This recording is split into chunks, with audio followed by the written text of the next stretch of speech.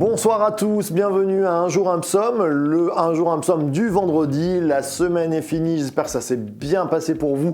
Peut-être un temps de repos pour vous, un temps où vous allez pouvoir un peu souffler. Je pense aussi à ceux qui travaillent le samedi et qui travaillent le dimanche. Et oui, certains travaillent le dimanche.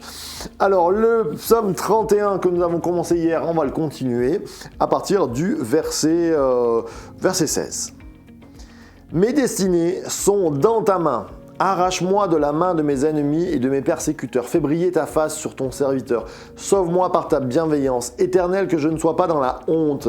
Quand je t'invoque, que les méchants soient dans la honte, qu'ils descendent en silence au séjour des morts, et qu'elles deviennent muettes les lèvres fausses, qui parlent avec audace contre la justice, avec orgueil et mépris.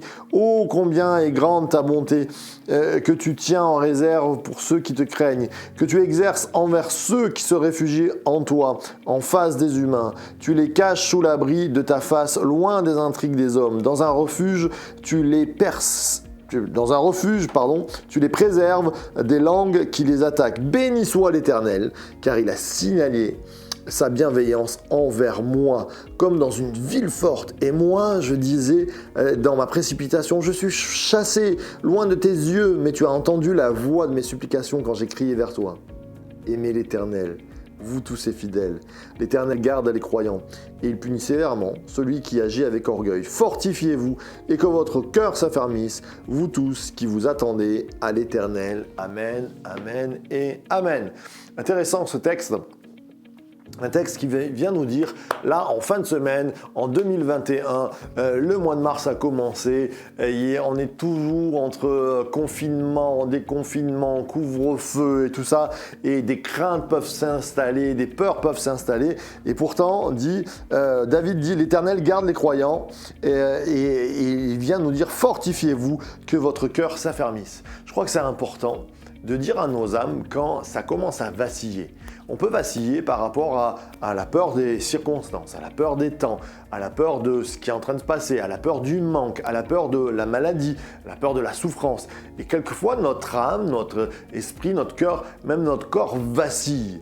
Et quand notre âme commence à vaciller, peut-être même par rapport au passé, par rapport à notre couple, notre cœur commence à vaciller, notre âme vacille, et alors notre esprit perd la logique, et même notre corps est fatigué, on n'a plus envie, comme on dit dans le sud-ouest, on n'a pas la niaque. Et je crois que c'est important de se dire, c'est pas de la pensée positive, mais c'est important de parler à notre âme et de dire, fortifie-toi et prends courage, que mon cœur s'affermisse. Là, même si tout s'effondre, je sais que l'Éternel est vivant. Aimez l'Éternel, vous tous ses fidèles, vous tous qui vous attendez à l'Éternel. Éternel, on s'attend à toi. Notre Père, nous nous attendons à toi, parce que Jésus-Christ a vaincu.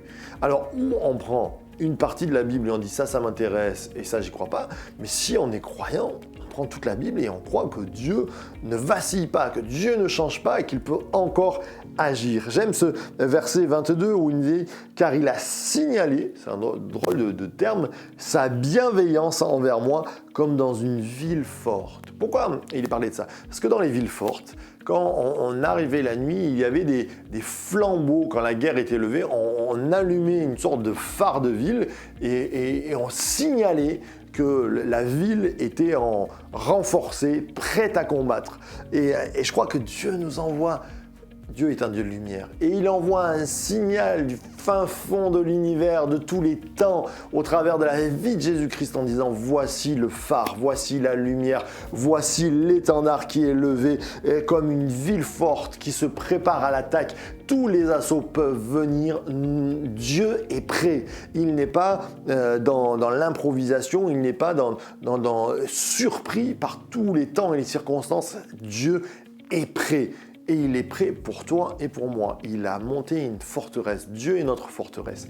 Et si tout semble fermé, il est celui qui va ouvrir une porte pour que tu puisses être encouragé, fortifié. Alors, on finit cette semaine avec réjouissance.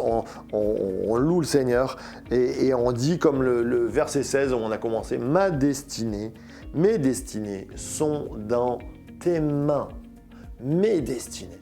Il y a plusieurs destinées dans la vie. On a la destinée pour peut-être le travail, la destinée pour le ministère pour Dieu, mais on a une destinée au-delà de notre vie aussi. On a une destinée de famille.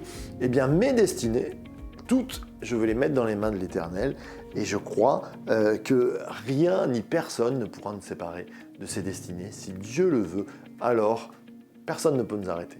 Alors on va finir cette semaine en remerciant Dieu et en nous encourageant au travers de ce psaume 31 que nous venons de terminer en disant « Seigneur, merci parce que tu nous encourages, parce que nos destinées sont dans tes mains et parce que l'Éternel garde les croyants, nous nous fortifions en toi. Mon âme, mon cœur, fortifie-toi en l'Éternel. » Nous allons prier.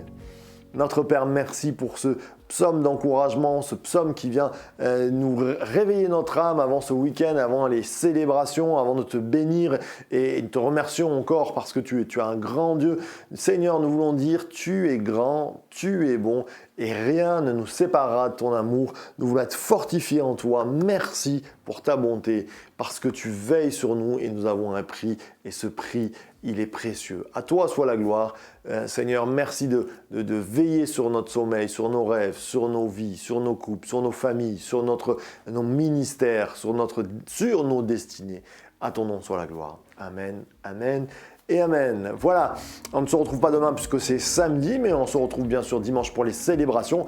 Et puis dès lundi, c'est le retour du Jesus Coffee à 7h du matin pour les leftos.